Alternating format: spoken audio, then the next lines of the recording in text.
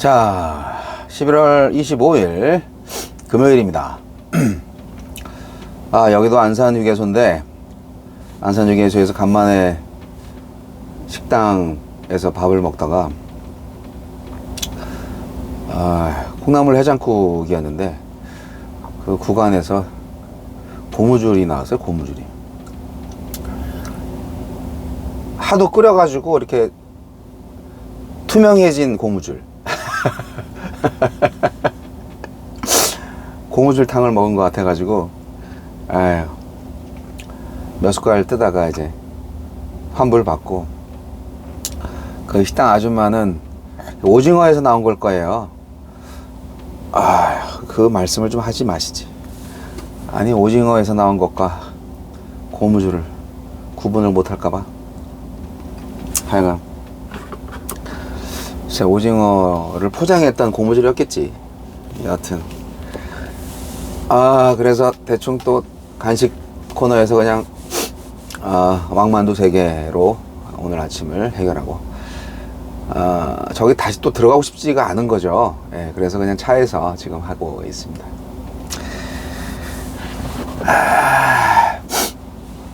이런 사변적인 얘기를 가급적이면 안 하려고 하는데, 제가 이렇게 리얼 라이프를 살고 있다, 그런 것 때문에 이제 가끔 얘기를 하려고 합니다. 이게 차에는 너무 지저분한 거 같죠? 자, 다니엘 11장 36절로 12장 4절까지 말씀.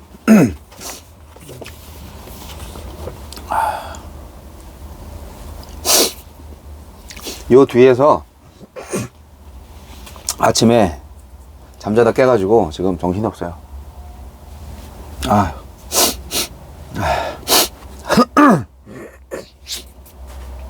죄송합니다. 다음에 좀 더 갖춰진 모습으로 촬영을 할게요. 다니엘 11장 36절로 12장 4절. 그 왕은 자기 마음대로 행하며 스스로 높여 모든 신보다 크다 하며 비상한 말로 신을 대적하며 형통하기를 분노하심이 그칠 때까지 하리니, 이는 그 작정된 일을 반드시 이루실 것임이라.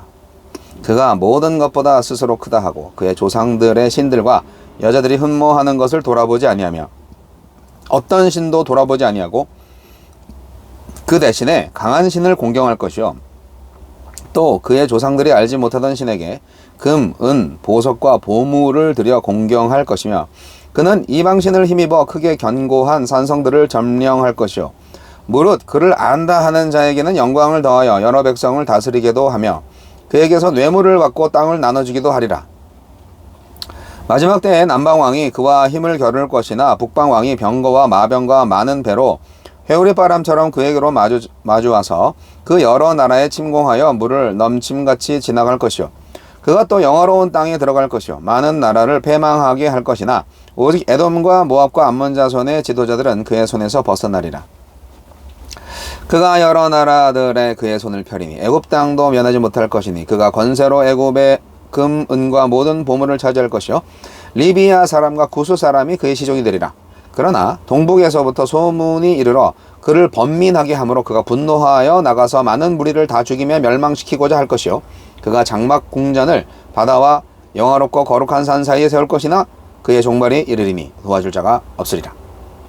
그때 네 민족을 호위하는 큰 군주 미가엘이 나타날 것이요, 또 환난이 있으리니 이는 개국 이래로 그때까지 없던 환난일 것이며, 그때에 네 백성 중 책에 기록된 모든 자가 구원을 받을 것이라. 땅의 티끌 가운데서 자는 자 중에서 많은 사람이 깨어나 영생을 받는 자도 있겠고, 수치를 당하여서 영원히 부끄러움을 당할 자도 있을 것이며, 지혜 있는 자는 궁창의 빛과 같이 빛날 것이요, 많은 사람을 옳은 대로 돌아오게 한 자는 별과 같이 영원토록 빛나리라. 다니엘아, 마지막 때까지 이 말을 간수하고 이 글을 봉합하라. 많은 사람이 빨리 왕래하며 지식이 더하리라.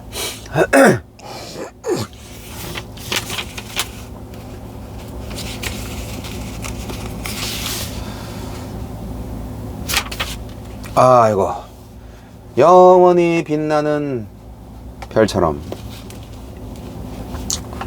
비천한 북방왕은 자신을 신들보다 대단히 여기며 승승장구하지만 갑작스러운 최후를 맞이하게 될 것입니다. 반면에 하나님은 책에 기록된 모든 자를 구원하여 주실 것입니다.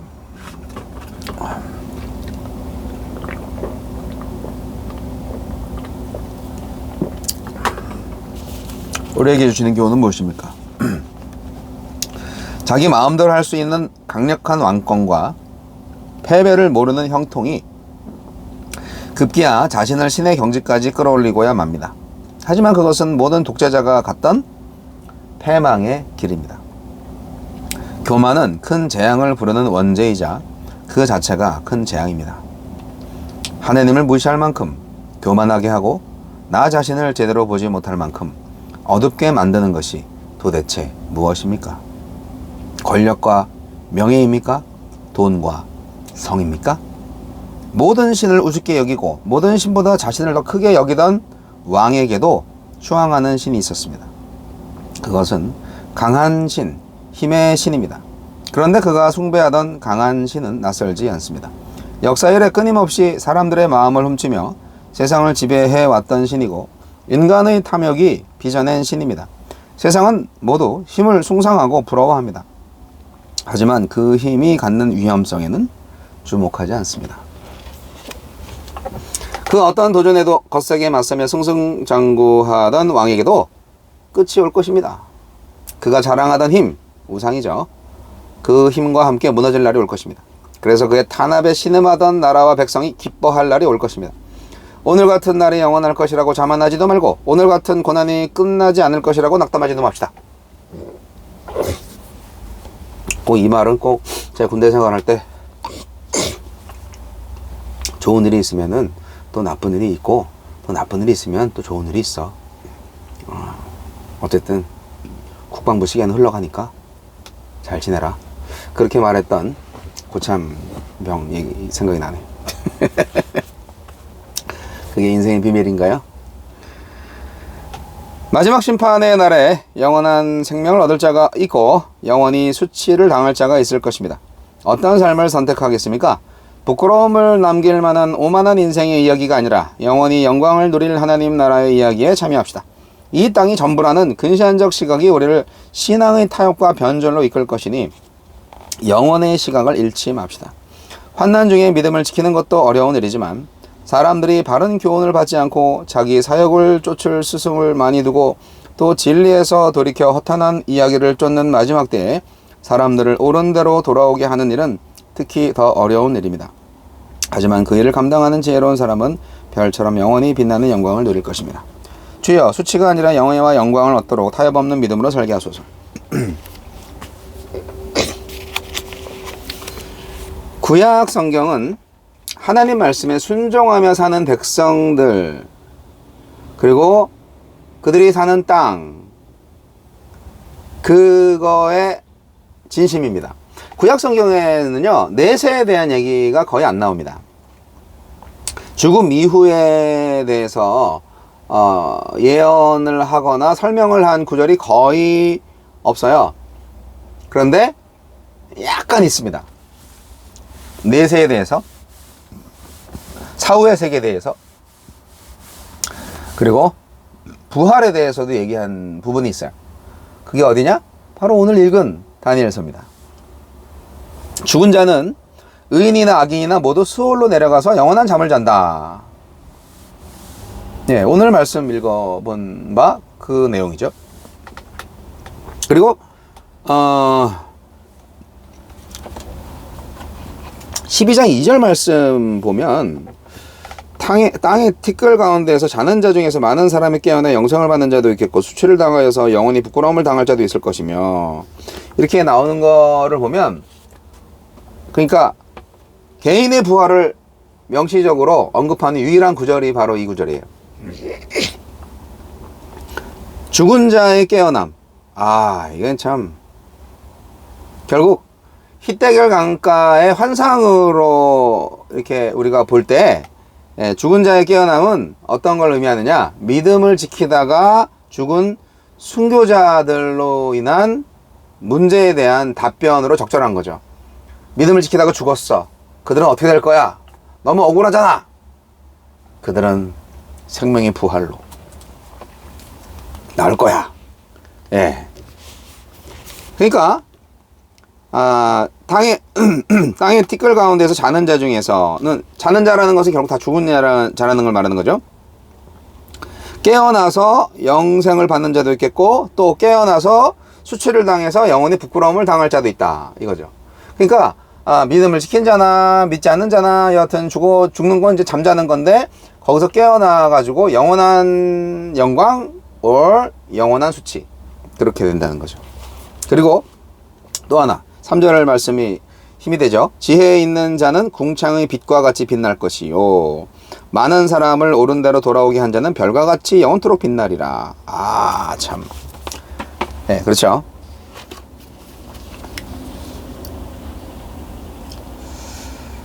의인이나 악인이나 모두 수월로 내려가는 것으로 끝난다면 믿음을 지키다가 죽음에 이르는 것이 무슨 의미가 있겠습니까?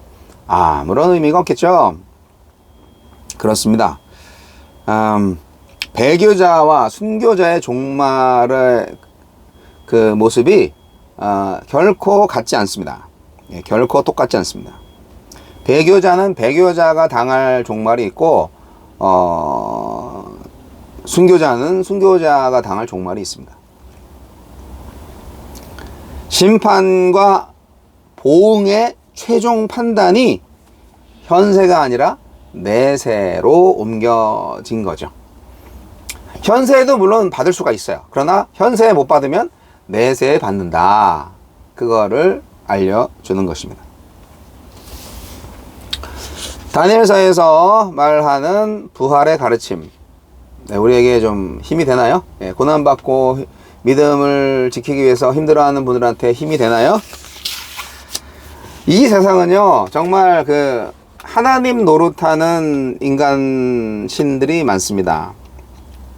여기에 주인공이 이제 바로 그 안티오코스 에피파네스 4세, 자기 스스로 왕권을 차지했다는 생각에 교만해져 가지고 아주 자기를 인간의 신분에서 쫙 신의 자리로 옮겨놔요, 스스로. 결국 하나님을 대적하는 거죠. 신들을 대적합니다. 하지만 하나님 지금 말씀하고 있는 거죠. 하나님의 분노하심이 그칠 때까지만 봐준다 하는 거예요. 강한 국가 권력을 등에 업고 자신이 다른 신들보다 크다고 생각을 했고, 조상들이 숭배하던 아폴로 신 대신에 제우스 신을 세워서 그를 통해서 자신이 점령한 지역을 하나로 통합하려고 시도했던 사람이 바로 에피파네스 4세인데, 이 왕의 통치 아래에서는요, 헬라 문화를 받아들이는 일이 교양이었고 성공의 길이었어요. 하지만 시대가 만든 유행, 시대가 만든 트렌드가 곧 성공의 길인지는 모르겠어요. 하지만 그게 바로 끝나요. 생명의 길은 아니고요, 절대로 죽음의 길이죠.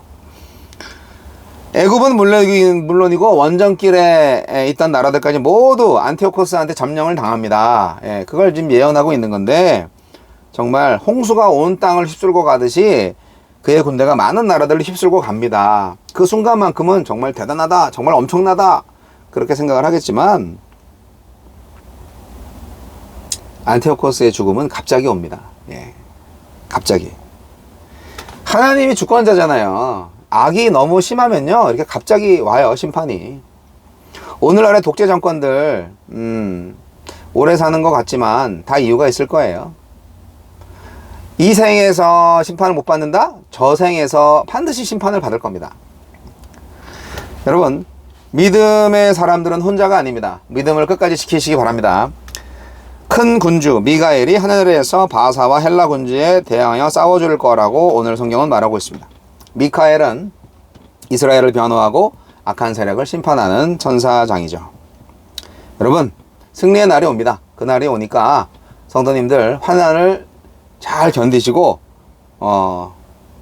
혈통적인 이스라엘이 아니라 생명책에 기록된 사람, 믿음의 사람만이 구원을 받기 때문에 결국 말씀대로, 믿음대로 끝까지 견뎌서 하나님의 구원과 상급을 누리시는 여러분 되시기 바랍니다. 다니엘에게 주신 말씀처럼 하늘의 별과 같이 빛나는 사람이 된다면 더 없는 영광이겠죠. 예. 많은 사람들을 돌아오게 하는, 결국 많은 사람들을 옳은 대로 돌아오게 한 자는, 자, 이렇게, 이게 사명이에요. 다니엘에게 주신 사명이에요. 우리 교회에 주신 사명이에요. 많은 사람들을 옳은 대로 돌아오게 해야 해요. 잘못된 길로 가는 사람들을 옳은 길로 돌아오게 해야 돼요. 예. righteousness, the way of righteousness, 그쪽으로 좀 한 사람이라도 더 인도하시기 바랍니다. 그게 우리의 사명입니다. 우리의 삶의 이유입니다. 다니엘아, 마지막 때까지 이 말을 간수하고 이 글을 봉함하라. 많은 사람이 빨리 왕래하며 지식이 더하리라. 다니엘처럼 지혜 있는 자가 되시기를 바랍니다.